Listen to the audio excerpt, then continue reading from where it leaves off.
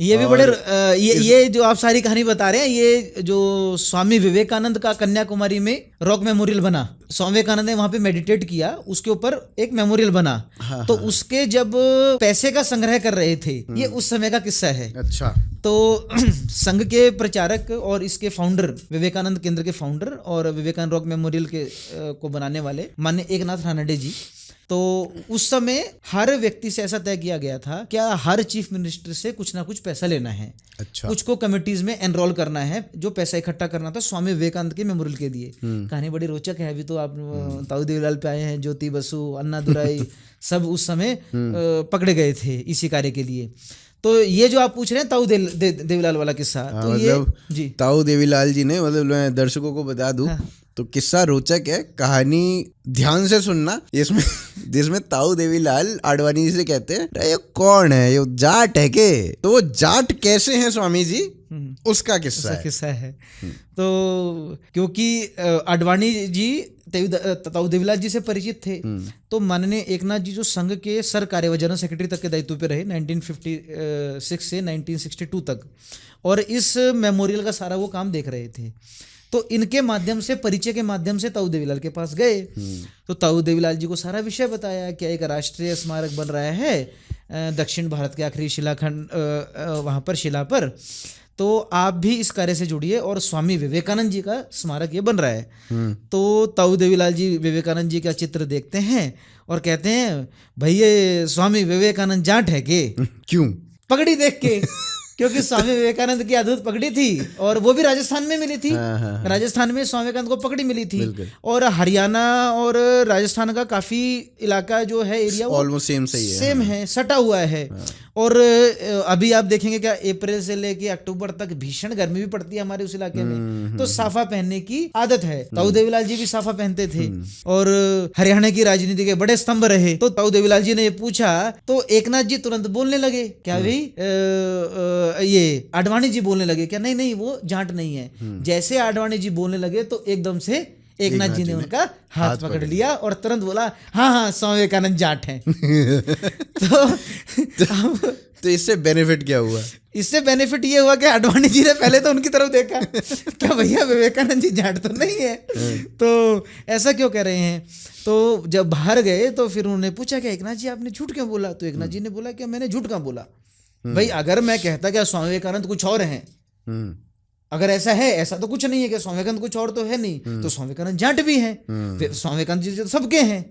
तो इस प्रकार से फिर वो समझते बोले हाँ, फिर आडवाणी जी मानते बोले हाँ फिर आपने सही किया, क्योंकि उनकी मूल भावना थी वो अपने से उनको जोड़ना चाह रहे थे।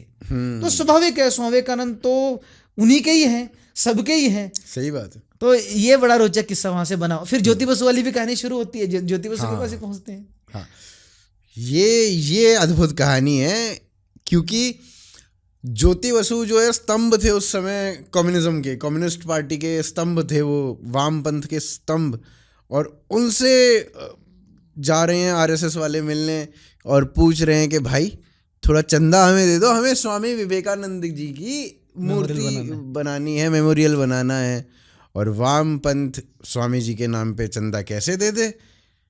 तो फिर भी उन्होंने चंदा दिया। कैसे दिया वो इनसे समझते हैं। अब यही था क्या, कमेटीज बन रही थी, तो जब वेस्ट बंगाली कमेटी बन रही थी तो एकनाथ जी गए, और उस समय ये डेप्यूटी चीफ मिनिस्टर थे ज्योति बसु जी। हाँ। तो ये सारा किस्सा है अपना 1964 से 70 तक 6 वर्ष में ये पूरा मेमोरियल बना, तो इसी के बीच का ही किस्सा है, मतलब 1966-67 की ये बात होगी। तो एकनाथ जी जाते हैं ज्योति बसु से मिलने, और वो चाह रहे थे कि ज्योति बसु इस कमेटी के एक वाइस प्रेसिडेंट बने। बहुत बढ़िया। तो जब वो उनसे मिलने गए तो उन्होंने कहा क्या मैं चाहता हूँ कि आप इस कमेटी से जुड़ें और कुछ पैसा भी इसके लिए दें। तो ज्योति बसु उनको देखते हुए कहते हैं क्या आप किसी गलत ज्योति बसु से मिलने आ गए हैं, इस लाइन में 7 और ज्योति बसु रहते हैं। I have nothing to do with Swami Vivekananda, I have nothing to do with RSS. तो एकनाथ जी की एक बड़ी विशेषता थी, पूरा होमवर्क करके जाते थे। उन्होंने तुरंत ज्योति बसु जी की 4-5 स्पीचेस को कोट कर दिया कि आप तो कह रहे हैं क्या भाई डाउन ट्रॉडन के लिए काम होना चाहिए, प्रोलेटेरियट्स के बीच में काम होना चाहिए, और यही विषय स्वामी विवेकानंद लेके जाते हैं और प्रत्यक्ष तौर पर काम भी करते हैं। तो कहते हैं हाँ, in that way I have similarity with Swami Vivekananda. तो फिर वो कहते हैं तो हर विषय में सिमिलैरिटी थोड़ी होनी चाहिए। तो वो कहते हैं लेकिन स्वामी विवेकानंद का जो आध्यात्मिक जो रूप है, स्पिरिचुअलिटी वाला जो रूप है, वो हमें समझ नहीं आता, उससे मुझे कुछ लेना देना। तो उन्होंने कहा ठीक है, कोई जरूरी थोड़ी है कि हर एक विषय में आपको हामी हाई होनी चाहिए, घर परिवार में भी तो अलग अलग रूप होते हैं। इस प्रकार से वो विषय रखते हैं। तो अब उनका एक रिजर्वेशन रहा क्या, भाई मैं तो पॉलिट ब्यूरो का सदस्य हूं, तो पॉलिट ब्यूरो जब तक हामी नहीं भरेगा तब तक मैं हामी कैसे भरूं। तो फिर वो जाते हैं और पॉलिट ब्यूरो से पूछते हैं। पॉलिट ब्यूरो कहाँ हाँ करने वाला था, पॉलिट ब्यूरो ने झटपट से मना कर दिया कि अभी नहीं, आपको ऐसी किसी कमेटी मेंबर नहीं बनने वाला। लेकिन एकनाथ जी को तो जोड़ना था। तो एकनाथ जी कहते हैं कि आपकी वाइफ कमला बसु जी तो पॉलिट ब्यूरो की मेंबर नहीं है। बोले नहीं वो नहीं है। तो बोला उनको बुला दो, उनको बुलाइए तो उनको मैं ये कार्य बताता हूँ। तो बोले ठीक है, आप मैं उनको बुला देता हूँ। तो एकनाथ जी कमला बसु जी को सारा विषय समझाते हैं। कमला बसु जी कहती हैं जी मेरा तो कोई समाज में इतना प्रभाव है नहीं। तो वो कहते हैं जितना भी आप लोगों को जानती हैं आप करिए, मैं आपको एक रिसिप्ट दूंगा और आप हैरान रह जाएंगे। उस समय 1100 रुपये कमला बसु जी के प्रयास से स्वामी विवेकानंद का कन्याकुमारी में जो मेमोरियल बन रहा था, जिसका कार्य सारा राष्ट्रीय स्वयंसेवक संघ के प्रचारक एकनाथ जी रानडे जी देख रहे थे, उसके लिए 1100 रुपये की आहुति जाती है। कम्युनिस्ट, देखो कम्युनिस्ट, ये संघ वाले कम्युनिस्टों से स्वामी विवेकानंद जी के लिए 1100 रुपये निकलवा लेते हुए भी उस समय जोड़ना था, कार्य से जोड़ना था, उसको टटोलना था और एक तल पे लेके आना था, ताकि आज भी जितने भी वॉलंटियर्स हैं दोनों आइडियोलॉजी का काम करते होंगे, कम से कम उनको ये रहे कि हमारे लोग कभी मिले हैं, ऐसा विचारों का आदान प्रदान हुआ है, इतना रास्ता कम से कम खोल के चले गए। लेकिन ये उस समय की गहराई थी लोगों में, आज वो गहराई भी समाप्त हो रही है। हाँ, नहीं, पर इसमें एक मुझे थोड़ा स्मरण होता है कि जब वो मेमोरियल बन रहा था तो बीच में उसको रुकवाने की भी बातें हुई थी कि इसको रोक दो या इस तरीके की कुछ चीज़ें हुई थी। चीफ मिनिस्टर थे उस समय भक्त वत्सलम कांग्रेस के। तो ये के कामराज जी के बाद कामराज प्लान हमने सबने सुना है, फिर वो दिल्ली में आ गए थे और उसके बाद भक्त वत्सलम वहाँ के चीफ मिनिस्टर बने। तो भक्त वत्सलम ने, क्योंकि उस शिला पे लोकल जो पॉपुलेशन है कन्याकुमारी की, वो क्रिश्चियन पॉपुलेशन एक बहुत बड़े संख्या में है, तो उन्होंने एक विषय शुरू कर दिया कि भाई यहीं तो हमारे सेंट जेवियर आए थे, जो खुद 400 वर्ष पहले सारे हिंदू थे, वो बोले कि यहाँ हमारे सेंट जेवियर आए थे। तो सबको पता है वहाँ स्वामी विवेकानंद के मेमोरियल है। तो चीफ मिनिस्टर ने ये तो माना भक्त वत्सलम ने, क्या भाई ठीक है, वहाँ पर स्वामी विवेकानंद ने ही मेडिटेट किया, वो विवेकानंद रॉक है, लेकिन वहाँ कुछ मेमोरियल या कुछ चित्र या कुछ ऐसा कुछ नहीं बनेगा।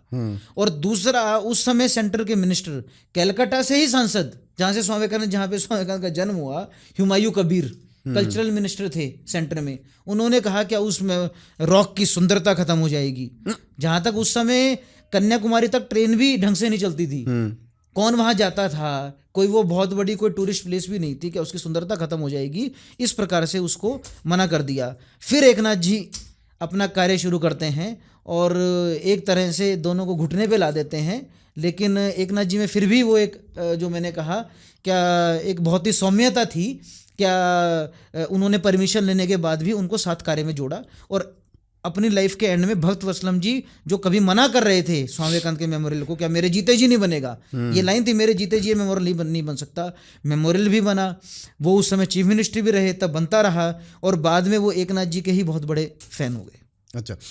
अच्छा, अभी आपने मेरे ख्याल ये क्रिश्चियनिटी की बात करी, क्रिश्चियंस ने कहा कि सेंट जेवियर्स यहाँ पे आ गए थे, तो इसी बीच में कुछ ऐसा भी हुआ था शायद कि चर्च के कोई पादरी थे, वो उस स्थान पर क्रॉस लेके चले गए थे, ऐसा कुछ, वो क्या किस्सा था? क्योंकि जैसे ही स्वामी विवेकानंद का वहाँ पर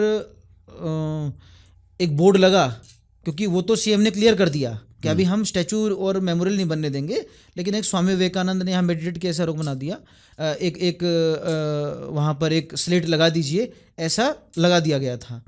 तो कुछ लोगों ने वहाँ पर जाके, इनके नेतृत्व में एक फैक्शन ऑफ क्रिश्चियंस में, इसको हम ये नहीं कहेंगे क्या, क्रिश्चियन लोगों ने, एक फैक्शन ऑफ क्रिश्चियन जो इस चीज़ों में लिप्त हो जाता है आइडियोलॉजिकली, क्या भाई ये तो हमारे उनका है, ये तो हमारे उनका है, जहाँ तक उनको ही पता है, but they were politically motivated. तो वो जाके स्वामी विवेकानंद का जो वहां पर स्लेट थी जिस पे लिखा हुआ था उसको उठा के फेंक देते हैं और अपना क्रॉस वहां पर, अपनी हेजीमनी, ये हेजीमनी दिखाने के लिए चीजें होती हैं, बिल्कुल, कि अपना क्रॉस वहां पर स्थापित कर दिया, क्या भाई ये तो हमारे यहाँ पर आए थे, उसको भी हटा दिया गया। पर उसको हटाने से कोई वो हड़कंप नहीं मचा, जैसे अगर कुछ छोटी सी मजार जिसके नीचे कुछ नहीं भी होता है उसको भी हटा दे तो बहुत बड़ी पॉलिटिकल टर्मोइल्स आ जाती हैं। तो क्या उसके बाद कुछ इस तरीके के टर्मोइल हुए? नहीं, नुकसान काफ़ी हुआ उस समय। क्या लोकल जो बोट चलती थी उसको बंद कर दिया गया। आप समझिए बोट चलाने वाले लोगों को केरला से लेके आना पड़ा। केरला से हिंदू लड़के आए, यंग लड़के, और उनको आप कहेंगे कि वो निस्वार्थ भाव से काम करने आए थे। उनको भी पता था कि वहाँ धक्का भी खाना है, लड़ाई भी हो सकती है और मिनिमम भोजन पे बोट हमको चलानी पड़ेगी। तो इस प्रकार के भी विषय शुरू हुए। लेकिन एक अंदर से पता होता है ना कि भैया स्वामी जी आए थे, झूठ कब तक बोलोगे। शायद से वो इनहेरेंट कॉन्फिडेंस नहीं होता तो व्यक्ति को पीछे हटना ही पड़ता है। तो यहाँ पे मतलब जब अगर हम देखें तो नेहरू जी को ना ये कोई बहुत ज़्यादा शौक नहीं था कि भाई स्टैचूज़ बने, मंदिर बने, या पुरानी जो स्टैचूज़ हैं, अंग्रेजों के जो स्टैचूज़ हैं उनको हटाया जाए, जो जैसा है वो वैसा रहे, स्टेटस क्वो टाइप की चीज़ों में वो ज़्यादा बिलीव करते थे। तो ये जो स्टैचू बनने की जो परमिशन है वो कैसे मिल गई? इसमें कुछ ऐसा भी हुआ था कि बहुत सारे हस्ताक्षर करवाए। हाँ, जैसे आपने कहा कि हमारी बात हुई कि चीफ मिनिस्टर ने तो मना कर दिया मेरे जीते जी बनेगा नहीं। एक नाथ जी तुरंत पहुंच गए दिल्ली। दिल्ली पहुंचे तो लाल बहादुर शास्त्री जी से मिले। शास्त्री जी के पास उस समय कोई पोर्टफोलियो था नहीं कुछ समय के लिए, वो कुछ ऐसे दिन थे। शास्त्री जी और एक नाथ जी का अच्छा बॉन्डिंग था। उन्होंने कहा कि अब मैं इसमें आपकी हेल्प करूंगा लेकिन मैं धीरे चलने वाला व्यक्ति हूँ।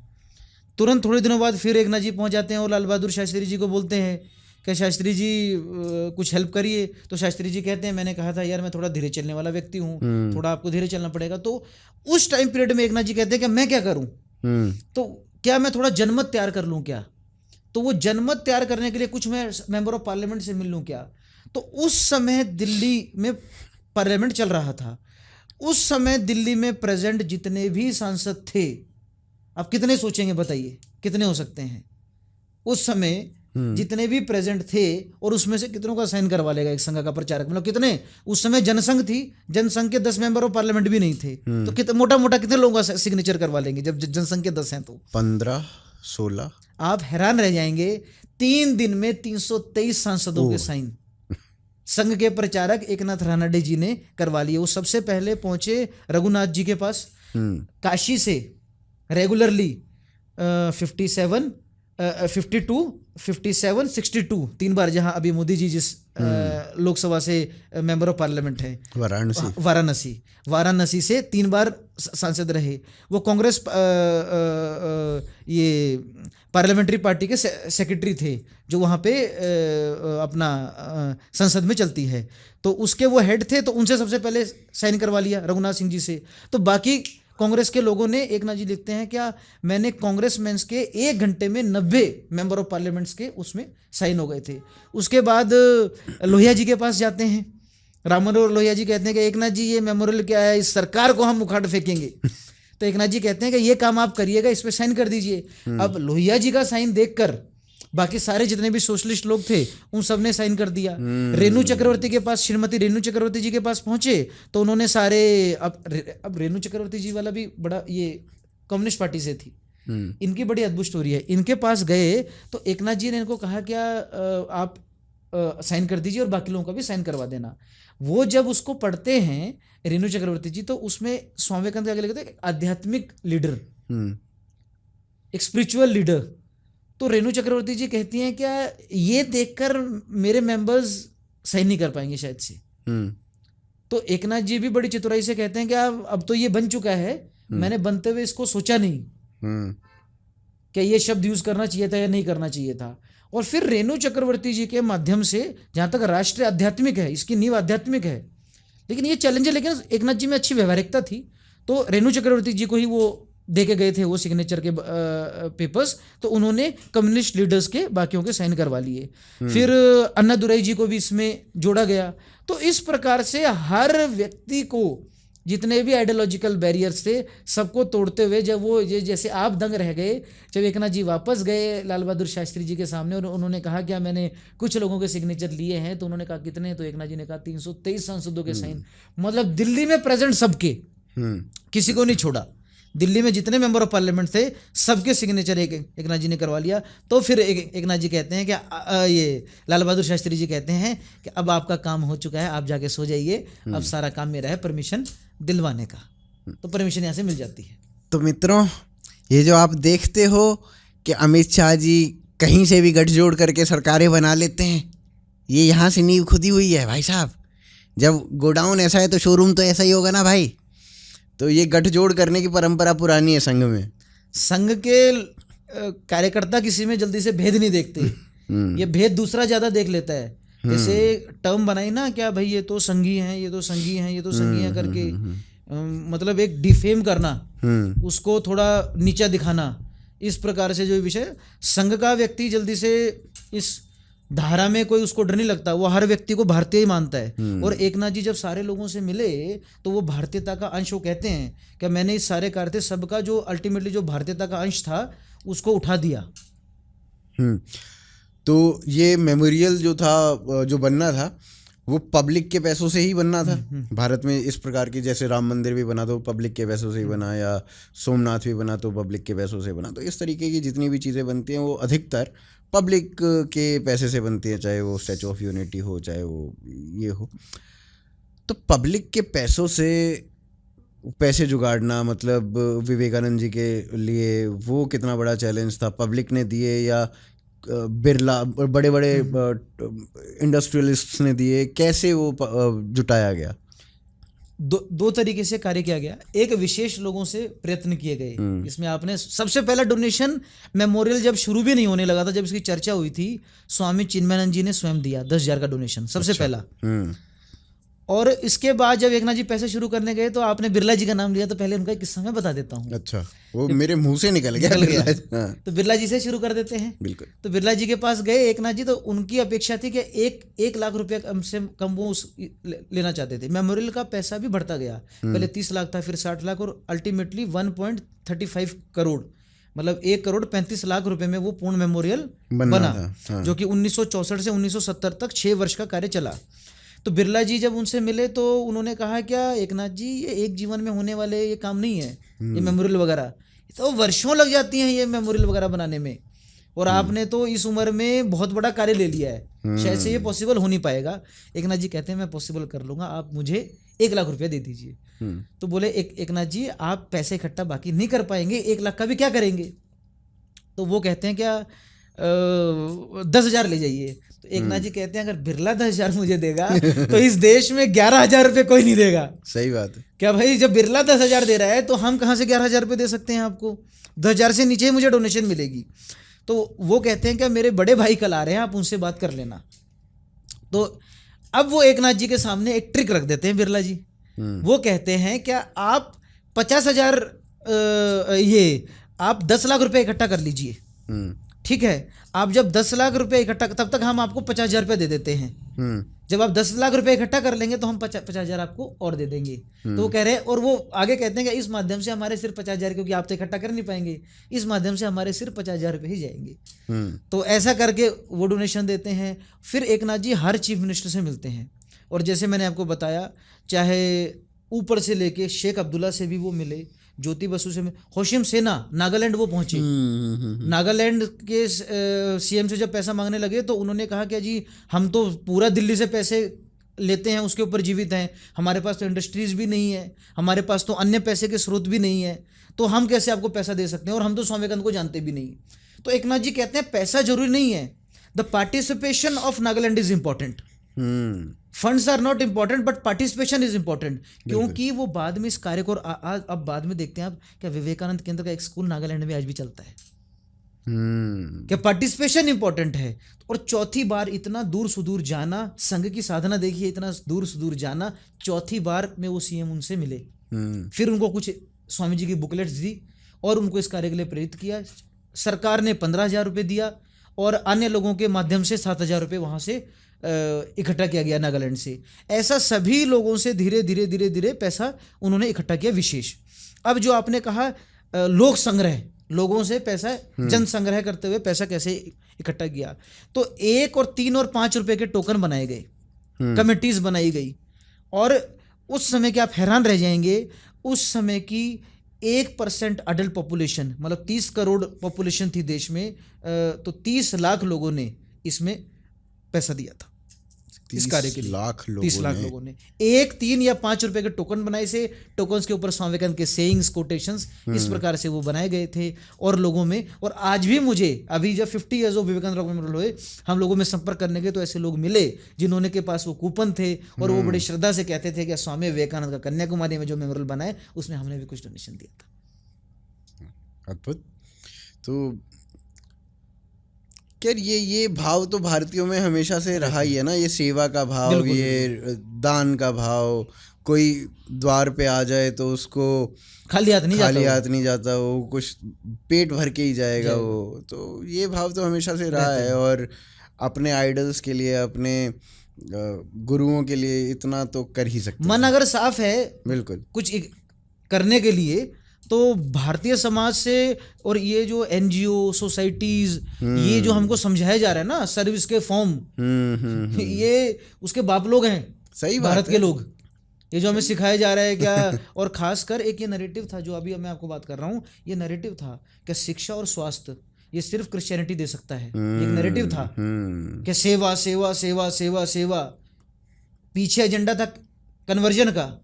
और भारतीय समाज में ये शुरू से था सेवा, क्योंकि कर रहे हैं बस, उसके ना आगे ना पीछे सोचना, ये होना चाहिए इसलिए कर रहे हैं। सही बात है। मतलब जब सेवा करते तो हम तो गुप्त दान की परंपरा है ना हमारे में, तो हम तो गुप्त दान ही करते हैं। तो मतलब और हमारे यहाँ तो इतना बड़ा नैरेटिव चल रहा था। हमारे यहाँ तो सेइंग ये है ना, मतलब हर एक, आपने भी अपने घर परिवार में सुना होगा, हमने भी सुना है और जो देख रहे हैं उन्होंने भी सुना ही होगा। 100% बात है कि दान या सेवा इस प्रकार से करो कि दायां हाथ करे और बाएं हाथ को बताना लगे। तो हमारे में तो यही नैरेटिव हमेशा से बचपन से ये डाल दिया जाता है। हमने क्या क्या किया वो किसी को पता नहीं है। तो सोशल मीडिया के ज़माने में भी नहीं पता हमने क्या क्या कर दिया या आपने क्या क्या कर दिया, वो किसी को क्या और क्यों बताना भी क्यों है।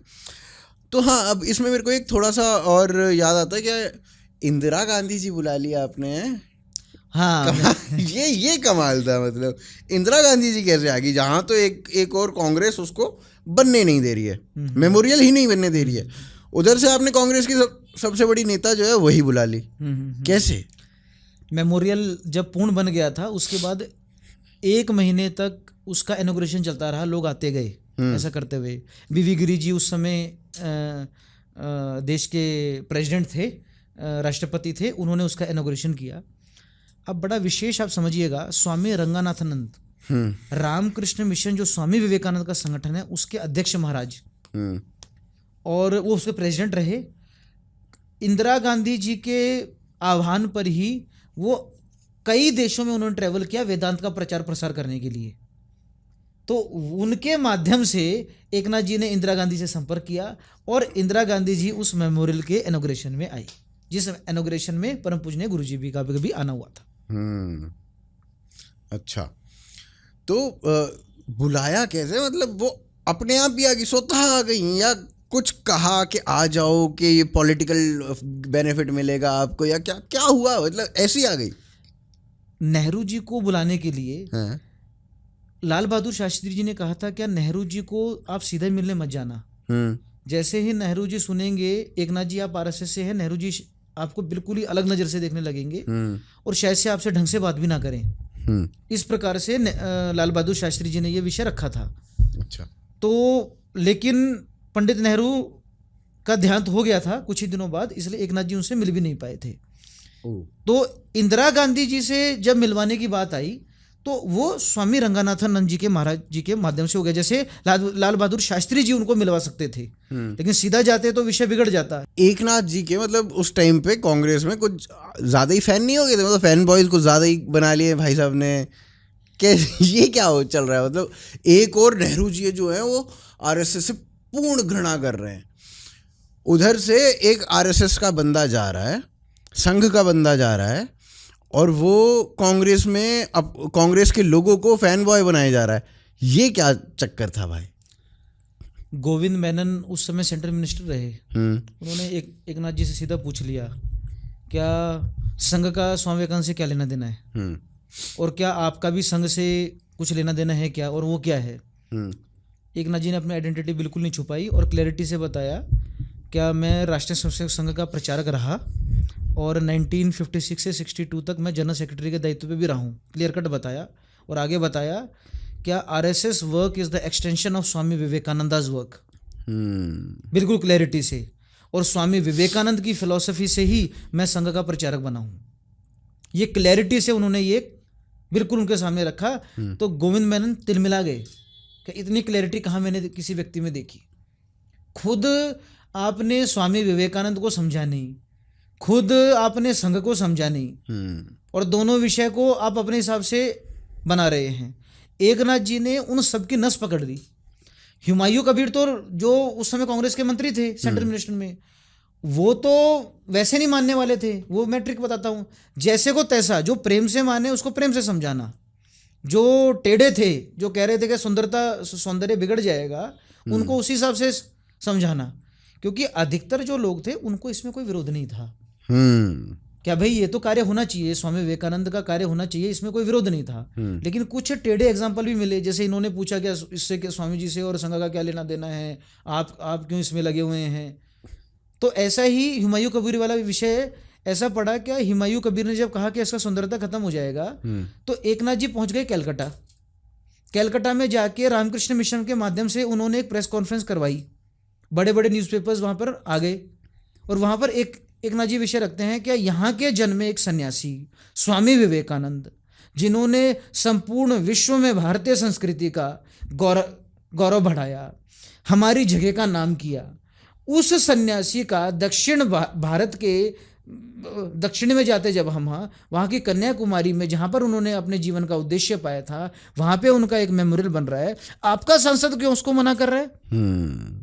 ये बात जैसे ही अगले दिन न्यूज़पेपर्स में आई फुल फ्लेज, तो पॉलिटिशियन तो थे, ये तो वो थे ना जो मानने वाले नहीं थे, ये तो अलग ही एक धुन में थे हुमायूं कबीर। अगले दिन एक नाथ जी को बुला लिया दिल्ली में, आइए एक नाथ जी। तो फिर कहते हैं नहीं जी, मैंने कब मना किया आपको? मैंने तो ऐसा कमेंट गांधी जी के वहां पे मंडपम के लिए भी किया था, लेकिन तो वो तो बन गया था। तो ये पॉलिटिक्स जब आ जाती है ना काम में, तो जैसे एक नाथ जी को 90% तो सरल लोग ही मिले जहां वो गए, और उनके खुद के कैरेक्टर की वजह से, क्योंकि एक व्यक्ति का भी एक बहुत बड़ा स्टेचर होता है कि अभी वो सेल्फलेसली लाइफ दे रहा है। जो हम बार बार आइडियोलॉजी की बात कर रहे हैं, मतलब एक सही मायने में एक विचार में प्रवाह करते हुए अपना तन मन उसके लिए समर्पित कर दिया, अपना घर छोड़ दिया, सब कुछ, और एक जेन्युइन लाइफ जी रहा है, सामाजिक लाइफ। वो एक श्रद्धा व्यक्ति के प्रति, फिर स्वामी विवेकानंद का मेमोरियल बन रहा है, उसके प्रति श्रद्धा। बीच में जो काटा, तो वो जो आपने प्रश्न पूछा पॉलिटिक्स, तो जहां पॉलिटिक्स है तो एक नाथ जी ने पॉलिटिक्स को तुरंत से साइडलाइन कर दिया। अच्छा, हाँ, वो पॉलिटिक्स में साइडलाइन तो आजकल भी चल रहा है बहुत। संघ का मतलब पहले से ही चल रहा है ये कि साइडलाइन कर दो, देखा जाएगा। नहीं, जो गलत कर रहा था, जो रोकेगा इस प्रकार से कार्य को, तो उस तक संवाद भी करने की कोशिश करी। लेकिन जब उन्होंने क्लैरिटी से ऐसे बोल दिया, क्या भाई वहाँ सौंदर्य खत्म हो जाएगा, उसका मेमोरियल का, वो रॉक का, उस पर कोई मेमोरियल बन ही नहीं सकता, तो एक नाथ जी को पता था कहाँ से चाबी घुमानी है।